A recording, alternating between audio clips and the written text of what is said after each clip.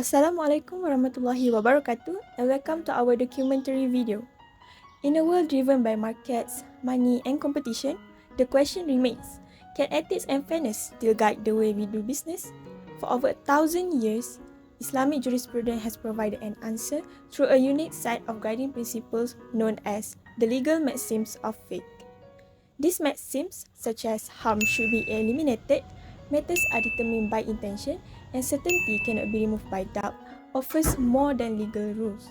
They reflect a deep ethical framework designed to promote justice, fairness, and balance in human life, including the economy. While modern economic theories focus on profit maximization, efficiency, and market equilibrium, Islamic economic thought adds another dimension: morality. It calls for a system rooted in fairness, trust, and shared prosperity, where interest, riba, and excessive uncertainty, qarar, are not just discouraged but forbidden. This documentary explores the fascinating intersection between fiqh legal maxims and economic theory. How do these timeless Islamic principles align or differ from the assumptions of modern economics? Can they offer a more ethical and inclusive approach to wealth, trade, and development? Join us as we journey into the world of Islamic jurisprudence and discover how ancient wisdom still speaks powerfully to today's economic challenges. In this documentary, we discuss 5 questions based on 5 legal maxims that we divide within our group members. The first question, what is the role and function of fiqh legal maxim of matters, is determined by intention, al-umur bil al-maqasidiha, in Islamic law of economy, to validate or invalidate any transaction in Islamic banking. That was reviewed by Azlin Safia, by myself. And second one, how does the Islamic legal maxim no harm, la darar wa la dirar, align with the principle of economic theory? That was reviewed by Farah Nabila. And the third one, discuss the application of the legal maxim al-adah muhakamah, custom is a basis for judgment in Islamic law, and how does custom influence legal rulings and what are the conditions under which it is considered valid? That was reviewed by Nur Sakinah Husna. And the fourth one, how does the Islamic legal maxim certainty cannot be removed by doubt apply in Islamic economics? That was reviewed by Putra Henrizal Hakim. And the last one, what are the Sharia justification for allowing delayed delivery in salam contracts under the principle of easing hardship in the economy? These questions are all answered by referring to academic articles for each questions that analyze the function, development, application, justification, and contemporary relevance of fiqh legal maxim in Islamic jurisprudence, particularly in relation to economic theory, ethical governance, and sustainable development. Throughout the course of this project, we encountered several challenges. One major difficulty was the limited availability of academic literature that directly compares fiqh legal maxims with conventional economic theories. While there is ample writing on each subject individually, finding scholarly work that bridges both fields was particularly challenging. This made it harder to write a discussion report on it and required us to rely on indirect comparisons and interpretive analysis of the chosen article. Additionally, balancing this complex research with other academic commitments, including assignments from other courses, posed a significant time management challenge. The depth and interdisciplinary nature of our topic demanded more reading, critical thinking, and synthesis than expected, especially with the limited existing framework for comparisons. Despite the obstacles, we managed to complete it until the end. So now let me share what we actually learned from the term paper, especially about the 5 important fiqh legal maxims and how they relate to economics and Islamic finance. First, there's the maxim matters are determined by intention, or al-umur bi al-maqasidiha. This means that in Islamic banking, the true intention behind a contract is what really matters, not just a formal paperwork. For example, it stops people from discussing interest-based loan as Sharia compliant sales. So, both the means and the goals of any transaction must be ethical. This is different from any conventional economics where sometimes the end justify the means. Here, both must be halal and fair. And next, we have the maxim no harm, or la darar wa la dirar. This principle is about avoiding harm to individuals or society. It supports things like fair market rules and preventing price gouging during monopolies and making sure public spending doesn't waste resources. It also fits the UN Sustainable Development Goals like decent working and reducing inequality because it promotes justice and prevent exploitation. And then there's custom is a basis for judgment or al-adah muhakkamah, which means that if a custom is widely accepted, fair and doesn't contradict with Sharia, it can be used to make legal decisions. For instance, modern practice like online shopping, it resembles the old contract and can be accepted under this rule. It helps Islamic law stay flexible and relevant while keeping ethical standards. And another maxim is certainty cannot remove by doubt, or al-yakin la yazwi bi al-shak. This is about protecting certainty in contract, which means if something is clearly agreed upon, it can't change just or reverse that agreement without strong evidence. This helps prevent excessive uncertainty or gharar in Islamic finance, which is very important for trust and transparency. And then lastly, we also learn about the principle of hardship bring ease or al-mashakkah tajibu at-taysir. This allows flexibility like delayed delivery in salam contract to ease financial hardship. A good example today is online shopping, which is like the salam contract in Islamic finance, paying in advance for something delivered later. It helps both buyers and sellers, especially small ones, to manage their finance. But the deal must be clear and fair.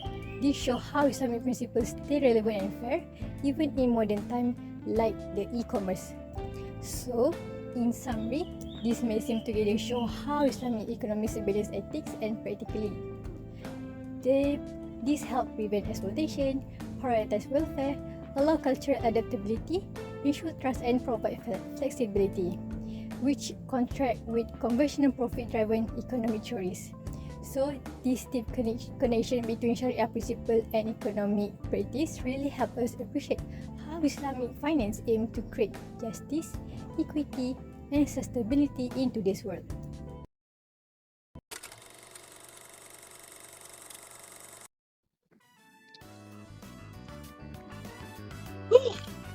Done. Alia, I feel like this term paper really opened my eyes about how deep Islamic teachings go, even in economics. At first, I really thought this would be just like another boring assignment. Like legal maxims sounds so scary. Yeah, and we had to balance it with other assignments too. I remember those nights, surrounded by notes and tabs everywhere. Ugh, at first I thought, how am I supposed to relate legal rulings to economics? But I think what makes meaningful is that these aren't just economic concepts because it connects with everyone. Exactly. Like the first one, al-umur bi maqasidiha, actions are judged by intentions. That's huge in Islamic banking. If the intention behind a contract is to manipulate or exploit, even if it looks Sharia compliant on paper, it's still wrong. Yeah, and it reminds me how some companies call their product Islamic, but what they really care is making profit, not doing the right things. This and really reminds us what truly means. It all matter in our heart. It really help us to become honest and fair. And it's still so relevant today. In a world full of fake ads, this saying reminds businesses to be honest about their real intentions and not just focus on looking good physically. Yeah, and then there's ladirar, no shell should be inflated or recuperated.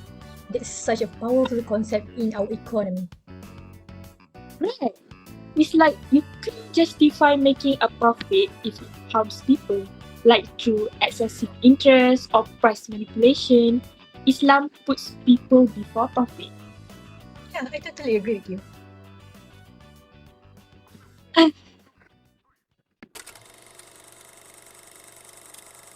It's funny how doing one assignment can make you rethink so many things. And now when I hear people say Islamic economics, I don't just think of banking and zakat only. I'll think of ethics, fairness, and intention, and all the Islamic value that we have learned. I guess this term paper are more than what we expected. It's not just about Islamic economy, but it's more than that, such as it teaches patience and discipline. Yeah, and that's something we will carry with us long after this class ends. Yeah, totally agree. Alright, now let me quickly sum up what our paper is all about. Our topic was Fiqh, legal maxim and economic theories, basically how Islamic legal principles connect with economic ideas. So we focus on 5 important maxims and how they help guide transaction and decision in Islamic banking and economy. First, there's al-umur bil maqasidiha, meaning the outcome of a nation depends on the intention behind it. So this is important because in Islamic economics, a contract or transaction isn't just about what happened on paper, but also the real purpose behind it. Then, massive la dara wa la dirar, or no harm shall be inflicted or repercussions. This basically means that in economic activities, causing harm to others is not allowed, which encourage fairness and social responsibility. We also study al-adah muhakkamah, meaning custom or habit can be used as a basic for legal decisions, as long it doesn't contradict with Sharia principle. This shows how Islamic law can adapt to different economic cultures without losing its ethical focus on justice, equity, and public welfare. Another key maxim is al-yakin la yazul bi al-shak. Certainty is not overruled by doubt. This principle helps prevent unnecessary confusion or suspicion in financial dealing, which is important for economic stability. And finally, we also explore how delay delivery in salam contract, which relate with maxim al-mashakkah tajib taysir, hardship bring ease, which is allowed to ease economic hardship, reflecting flexibility to make life easier. So overall, this paper really helps us connect traditional Islamic principles with modern economic ideas. It shows how Islamic law isn't just old rule, but something alive that shapes how business and finance work today. So we hope our paper gives a clear picture of this connection and inspire others to look deeper into how Islamic teaching can guide ethical economics. So to wrap up this project, it is really taught us a lot, not just about fixed legal maxims and economic theories, but also how important teamwork and communication are when working on something big like this. We learn how these Islamic legal principles are still relevant today, especially in shaping fair and ethical economic practice. Big thanks to our amazing teammates for their hard work and dedication throughout this journey.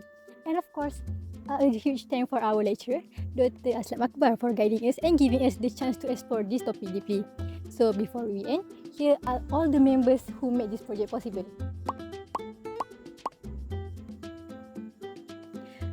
So thank you for watching, and we hope that you learned something new from our journey. Assalamualaikum.